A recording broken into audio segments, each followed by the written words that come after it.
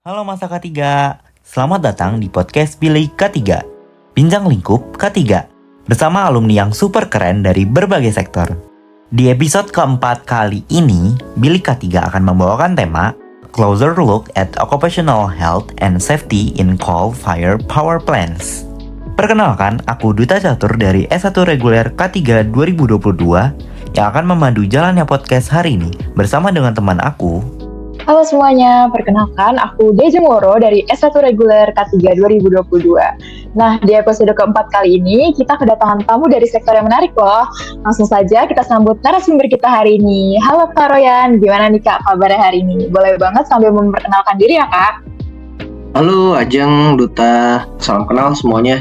Sebelumnya terima kasih banyak udah ngundang saya di acara Bilik K3 ya namanya ya. Ini salah satu inovasi OHSC yang bisa dibilang keren banget lah. Soalnya zaman saya dulu masih belum ada nih yang kayak gini-gini. Perkenalkan, saya Royan Mumtaz Fatul Asar, biasa dipanggil Royan. Sekarang saya kebetulan bekerja sekarang di PT POMI yang mengoperasikan PLTU Python Unit 3, Unit 7, dan Unit 8 dengan total kapasitas 2035 MW. Sekarang posisi saya di PT POMI sendiri sebagai Health and Safety Supervisor. Wah, salam kenal ya Kak Royan. Jujur aku sudah penasaran banget nih mau ulik-ulik tentang sektor pekerjaannya Kak Royan di PLTU. Kalau gitu langsung saja ya Kak, kita mulai ke perbincangan hari ini. Oh iya, sebelumnya disclaimer sedikit ya teman-teman bahwa apa yang kita diskusikan hari ini hanya sebatas sharing dan berbagi informasi berdasarkan pengalaman dan pandangan narasumber. Jika ada perbedaan pendapat dan hal-hal yang sudah disampaikan, maka hal tersebut murni dari unsur ketidaksengajaan dan tidak ada maksud tertentu. Nah bener banget tuh Jeng. Kak Royan, kita langsung lanjut aja kali ya. Pertama aku mau tanya dulu sih Kak, seperti apa sih gambaran sektor PLTU itu? Kalau menurutku sendiri sih ya, implementasi K3 di sektor PLTU tuh kedengarannya menarik banget sih untuk diulik-ulik lagi. Oke, mungkin PLTU sendiri sekarang lagi hits banget ya, lagi sering banget disinggung karena kebetulan juga yang sekarang lagi rame kan AQI di Jakarta lagi tinggi, bisa dibilang salah satu kota dengan tingkat polusi yang cukup tinggi juga, dan salah satu sektor yang dalam tanda kutip dikambing hitamkan itu kan salah satunya adalah PLTU ya. Jadi sebetulnya sektor PLTU sendiri merupakan salah satu sektor yang dalam tanda kutip bisa jadi penopang industri yang ada di Indonesia, karena kita juga sama-sama tahu kehidupan kita banyak yang bergantung banget gitu sama listrik gitu, dan lebih dari 80% pembangkit listrik yang ada di Indonesia itu sumbernya itu adalah batu bara atau PLTU sendiri, sedangkan 20% sisanya itu ada dari pembangkit listrik yang lainnya seperti pembangkit listrik tenaga angin, air, dan pembangkit listrik yang lainnya. Nah, untuk PLTU di batubara sendiri ini prosesnya juga cukup banyak, cukup panjang, mulai dari proses unloading batubaranya sendiri, kemudian proses pembakarannya, kemudian nanti proses steaming, perubahan air jadi hot steam, kemudian nanti diputar jadi turbin nanti muter lagi generator dan lain sebagainya, sehingga nanti sampai ke bisa menghasilkan listrik yang akhirnya bisa kita konsumsi di rumah kita masing-masing. Jadi PLTU salah satu sektor yang bisa jadi penopang kehidupan kita sehari-hari sih. Mungkin itu sih yang bisa saya sampaikan dulu. Wah, ternyata sektor PLTU tuh asik dan menantang banget ya Kak, karena prosesnya cukup banyak dan panjang sampai nanti bisa menghasilkan listrik yang bisa kita konsumsi. Buat masa K3 bisa banget untuk mempertimbangkan kerja di sektor PLTU. Oke, lanjut ya Kak. Boleh banget nih Kak Royan untuk sharing-sharing skill apa aja sih yang dibutuhkan dan seperti apa tahapan menjadi seorang praktisi K3 di sektor PLTU? Oke, untuk skill sebetulnya tidak ada skill yang khusus banget ya gitu yang harus dimiliki sama seorang praktisi K3 yang ada di PLTU. Karena secara umum core kompetensinya orang-orang K3 itu kan ada di risk management-nya. Selama kita betul-betul menguasai gimana kita melakukan risk management, mulai dari ya yang paling simpel yang kita bikin hiradisi itu, insya Allah kita bisa melakukan penerapan itu di sektor apapun gitu. Cuman kalau di PLTU sendiri, mungkin kalau misalkan saya boleh sharing, sebetulnya yang paling enak itu kita bagi dua pekerjaannya. Jadi ada pekerjaan yang daily activity, yaitu pekerjaan yang rutin, sama pekerjaan yang ketika outage, atau mungkin kalau di sektor lain kita nyebutnya overhaul ya, atau pekerjaan maintenance. Kalau untuk yang ketika pekerjaan yang harian, yang rutin, itu ada baiknya seorang praktisi K3 ini sedikit menguasai proses safety. Seenggaknya kita tahu gitu proses produksi di industri PLTU itu seperti apa. Kemudian juga kita tahu critical point-nya itu ada di mana aja. Kemudian kita tahu batasan atas dan batasan bawah dari setiap prosesnya itu sendiri. Itu seenggaknya kita harus tahu, walaupun kita nggak bisa tahu sangat dalam gitu, karena kita kan bukan orang operation atau orang production yang betul-betul harus paham dengan proses produksi di PLTU itu seperti apa. Tapi setidaknya di permukaannya kita paham lah bagaimana proses produksi PLTU mulai dari pengangkutan batu bara sampai nanti jadi listrik itu seperti apa.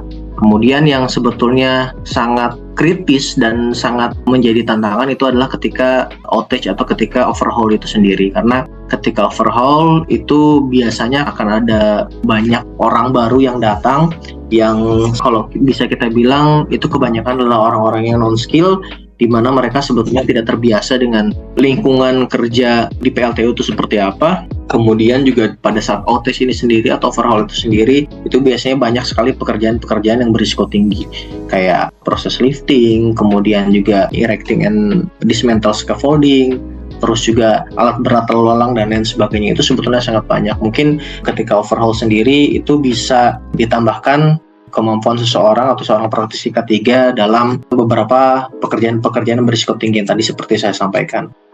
Wah, ternyata walaupun tidak ada skill khusus yang harus dimiliki, tapi banyak juga nih skill-skill yang kita butuhkan untuk kerja di PLTU ini sendiri.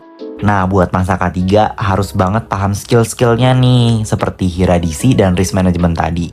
Apalagi kalau tertarik masuk ke sektor PLTU.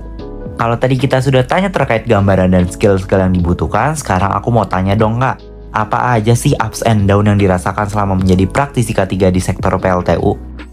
Oke, kalau yang up-nya dulu deh ya, kita cerita yang senang-senang dulu. Jadi rata-rata industri yang ada di Indonesia ini sering banget naik dan turun. Saya dulu sebelumnya pernah ada di sektor pertambangan, pernah ada di sektor oil and gas, pernah ada di sektor konstruksi dan lain sebagainya. Di sana juga saya pernah ngalamin kondisi di mana industri konstruksi ini pernah naik dan juga pernah turun, pertambangan ini pernah naik dan pernah turun juga.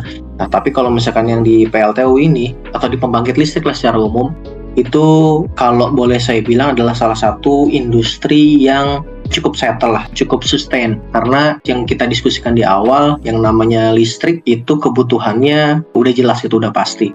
Entah itu rumah tangga, entah itu industri yang besar, entah itu industri yang skalanya kecil, pasti akan membutuhkan listrik. Sehingga mau tidak mau, konsumennya ini sendiri sudah jelas akan ada di mana gitu. Dan setiap pembangkit listrik pasti sudah punya kontrak yang panjang dengan PLN.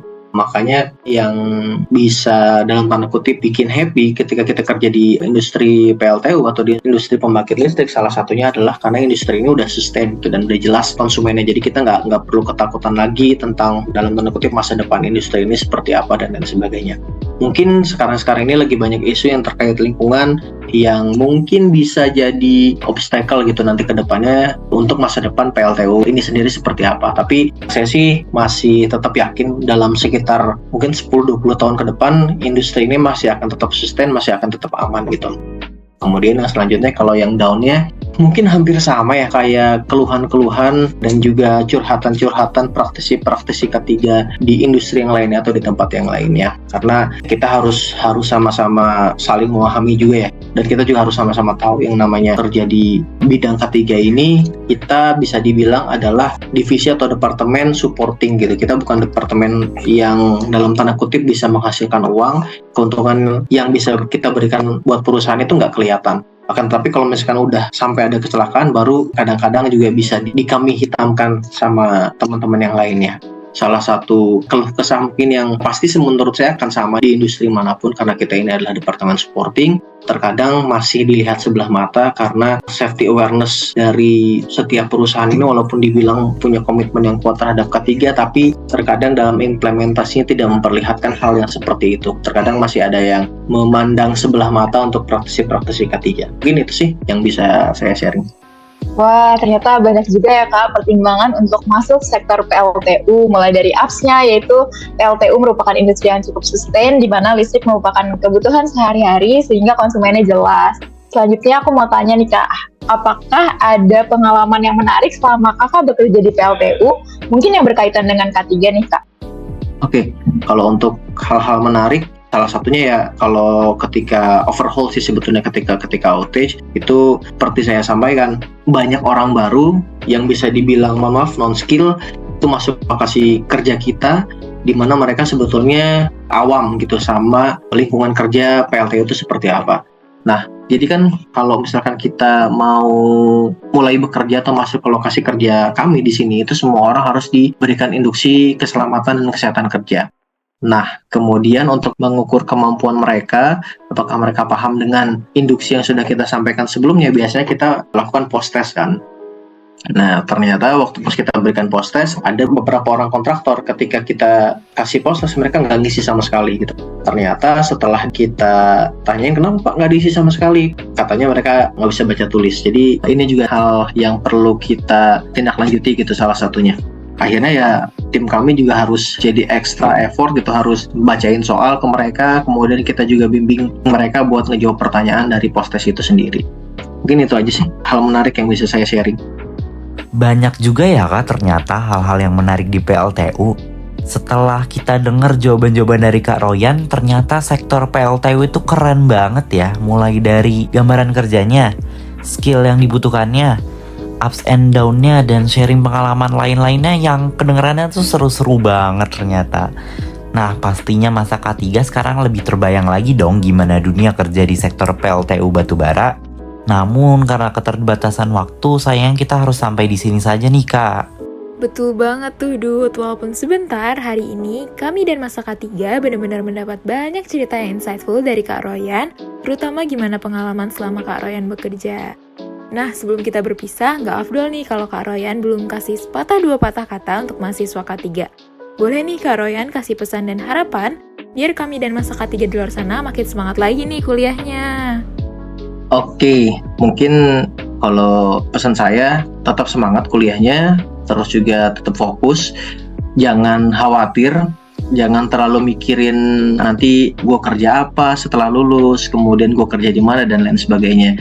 Jalanin aja dulu, nikmatin masa-masa kuliah kalian, karena kalau udah lulus, apalagi pas nanti lagi nyusun skripsi, itu hal-hal yang bisa kalian lakuin itu udah jarang banget bisa dilakuin, kayak nongkrong-nongkrong bareng teman, kemudian juga bisa diskusi bareng teman-teman yang punya satu frekuensi dan lain sebagainya. Itu biasanya akan semakin berkurang ketika udah mulai kerja, karena kalau udah mulai kerja pasti akan lebih fokus kerjanya, pasti akan lebih serius dalam tanda kutip mencari rezeki. Makanya kalau minjem kata-kata teman saya waktu itu, teman angkatan saya, jangan takut buat kebingungan nyari kerja. Percaya aja ijazah kuning itu masih banyak yang ngelirik kok, tenang aja. Nah, boleh banget tuh untuk masa K3. Pesan-pesan yang disampaikan oleh Kak Royan tuh diingat-ingat dengan baik ya. Kita harus menikmati masa kuliahnya juga nih. Sekali lagi kami ucapkan terima kasih yang sebesar-besarnya untuk Kak Royan yang sudah menyempatkan waktu untuk hadir dan berbagi pengalaman pada teman-teman K3. Semoga pembahasan ini dapat memberikan insight baru dan ilmu baru terutama bagi masa K3 yang tertarik terjun ke sektor PLTU. Sekian dari kami untuk podcast hari ini. Terima kasih sudah mendengarkan. Tetap utamakan keselamatan dan kesehatan diri Anda, karena budaya K3, budaya kita. Bye-bye!